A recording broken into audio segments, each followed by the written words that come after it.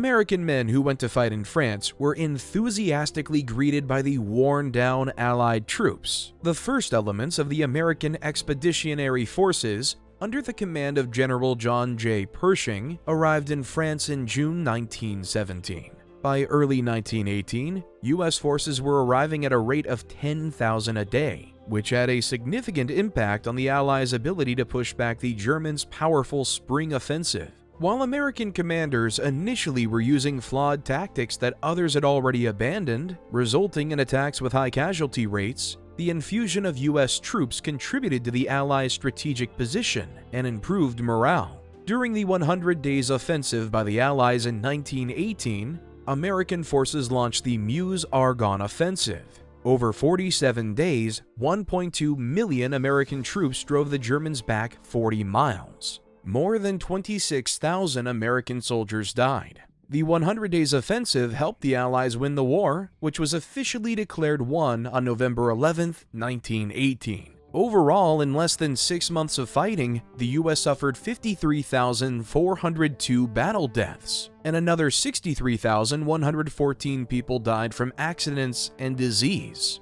The U.S. promptly ended wartime contracts and brought troops home, but the U.S. at the time lacked programs to help veterans readjust to civilian life. In January 1919, the U.S. joined the other allies in Paris to negotiate peace. President Wilson brought a list of 14 points, some of which ended up in the final agreement, including the creation of a League of Nations, the first worldwide intergovernmental organization dedicated to maintaining world peace. The Treaty of Versailles was signed on June 28, 1919, but the U.S. never ratified the treaty, and instead made a separate peace treaty with Germany. Wilson, a Democrat, had refused to bring any leading Republicans to the peace talks, as he sought peace without victory. Republicans controlled the Senate after the election of 1918 and were outraged that Wilson refused to discuss the war, as they wanted Germany's unconditional surrender. Because the senators were divided, Democrats supporting Wilson against the irreconcilables, or the Republicans and some Democrats who were against the treaty, it proved impossible to obtain the two-thirds majority needed to pass. The Democrats who opposed the treaty represented those among the American public, mostly Irish Catholics and German Americans, who were intensely opposed to the treaty because they thought it favored the British. On November 19, 1919, for the first time in its history, the Senate rejected a peace treaty. Under Wilson's successor, Warren G. Harding, the U.S.-German peace treaty was signed August 25, 1921. The treaty allowed for American-German cooperation, not under the purview of the League of Nations.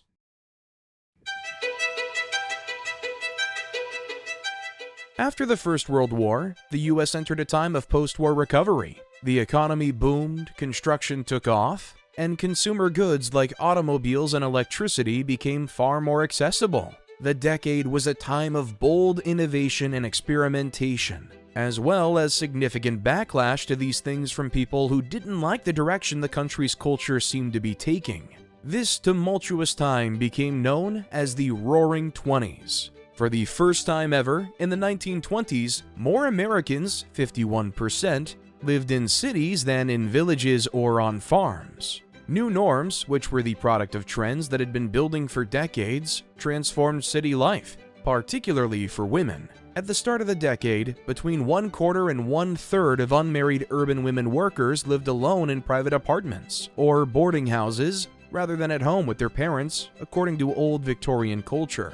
These new women visited public amusements like dance halls, amusement parks, and movie theaters, which drew in young people going on dates, a structure that was replacing the old courting culture. People now had time for such things. As factories and shops mechanized, the urban blue-collar worker was spending less time working.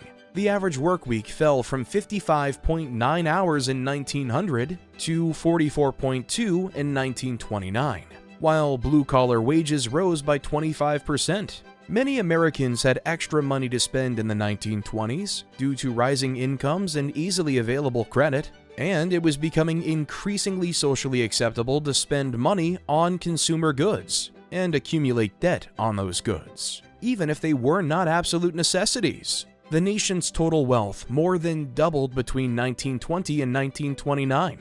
People bought tickets to the movies to see stars like Charlie Chaplin and Rudolph Valentino. By the mid-1920s, movie theaters were selling 50 million tickets each week, a sum equal to roughly half the US population.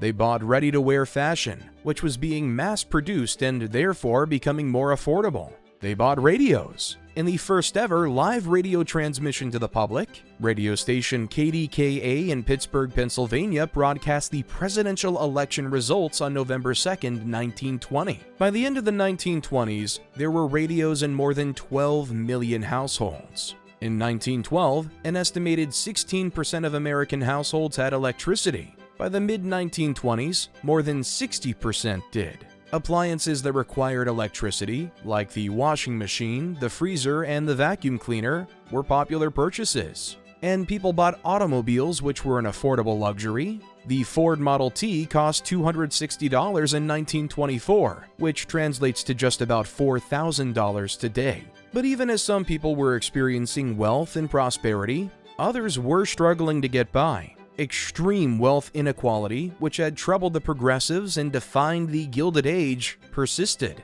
The income of the top 0.1% of families equaled the income of the bottom 42% during the 20s. And over 40% of Americans got by on less than $1,500 each year, or the poverty line at the time. Most people living outside of cities did not experience the prosperity of the Roaring Twenties. Farm prices hit rock bottom in the aftermath of World War I. The proliferation of cars meant people were more able to travel wherever they wanted, and many of the young people of the day wanted to go out and dance at jazz clubs. Jazz music was brought north by black artists who had come from New Orleans, where the form originated. Chicago became the art form's new center, with the city boasting more than 100 jazz clubs. Whites and blacks began mixing socially for the first time in the black and tan clubs of Chicago. Poet Langston Hughes wrote that midnight was like day, referring to the city's music-filled nightlife. Musicians such as Louis Armstrong, Jelly Roll Morton, and Ethel Waters drew crowds to dance halls, and people danced in new African-American-inspired styles. The Charleston, the Cakewalk, the Turkey Trot, and the Flea Hop were all popular dances of the time. Some major dance clubs of the time were the Cotton Club in Harlem, New York, where Duke Ellington's band played, and the Grand Terrace Cafe in Chicago, where Earl Hines' band played. Later, the center of jazz music moved to New York City, where the Harlem Renaissance was in full swing. But because jazz music was pioneered by African Americans and represented a departure from traditionally white forms of music, significant backlash built in response to jazz's rising popularity. People decried it for the supposed moral disasters it created, its roots in black culture, and some termed it the devil's music. By the end of the 1920s, at least 60 communities across the nation had banned jazz from being played in public dance halls. Radio stations carried jazz tunes to listeners across the nation, and 100 million jazz phonograph records were sold in 1927 alone. But because of discrimination and racism, these were mainly recordings of white bands that sounded similar to the black musicians who pioneered the genre. Thomas Edison, the inventor of the phonograph, ridiculed jazz music, saying it sounded better played backwards. And Shaw Faulkner, president of the General Federation of Women's Clubs, a powerful alliance of women's social and reform groups that launched a crusade against jazz in 1921, once said that jazz was originally the accompaniment of the voodoo dance, stimulating half-crazed barbarians to the vilest of deeds. The increasing visibility of black culture in jazz and blues music, as well as the appearance of millions of African Americans who moved north during the Great Migration, inspired significant racist backlash. Millions of people joined the Ku Klux Klan in the 1920s, raising its membership to 5 million by 1925. By mid-decade, the group was in control of the governments of Indiana, Texas, Oklahoma, and Colorado, and was enormously powerful in several other states, including California and Georgia. The fundamentalist conservative paramilitary group initiated white supremacist violence, and also targeted Jews, Catholics, Asians, and the so-called New Women. One of the worst instances of violence was the Tulsa Race Massacre in 1921, when a mob burned the black neighborhood of Greenwood in Tulsa, Oklahoma, to the ground, killing dozens. The KKK only grew in power in Oklahoma after the incident. In general, the 20s were a time characterized by nativism and anti-immigrant feelings. A Red Scare in which people attempted to hunt, expose, and prosecute communists occurred from 1919 to 1920, and the Klan-backed National Origins Act of 1924 severely restricted immigration from Eastern Europe and Asia, while favoring immigrants from Northern Europe and Great Britain. The federal prohibition of alcohol in 1920, which banned the production and sale of alcoholic beverages nationwide, was as much inspired by reformers wishing to cure the country's ills of poverty and violence as by those who were against the growing population of urban-dwelling immigrants in the U.S. Anti-German sentiment after World War I inspired the nickname Kaiser Brew for the beer made in German breweries. Beer, as well as wine, whiskey, and gin, were all banned under the statute, but enforcement proved nearly impossible for the federal government. Smuggling and bootlegging were widespread, and speakeasies, or secret clubs that served illegal alcohol, popped up in cities. In 1927, there were an estimated 30,000 illegal speakeasies, twice the number of legal bars before Prohibition.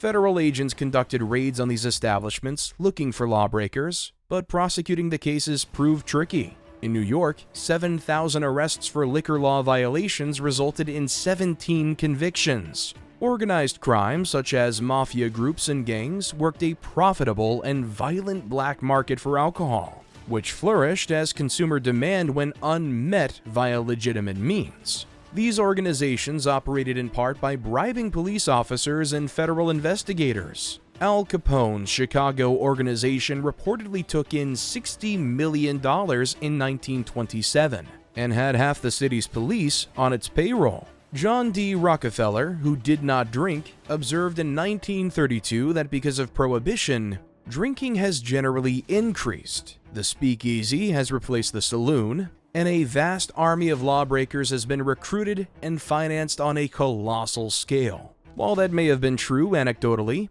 other reports suggest that nationwide, drinking actually decreased during Prohibition. According to statistics, drinking-related deaths from cirrhosis of the liver in men fell between 1911 and 1929. Further, it has been found that alcohol consumption levels did not rebound to their pre-Prohibition levels until the 1960s.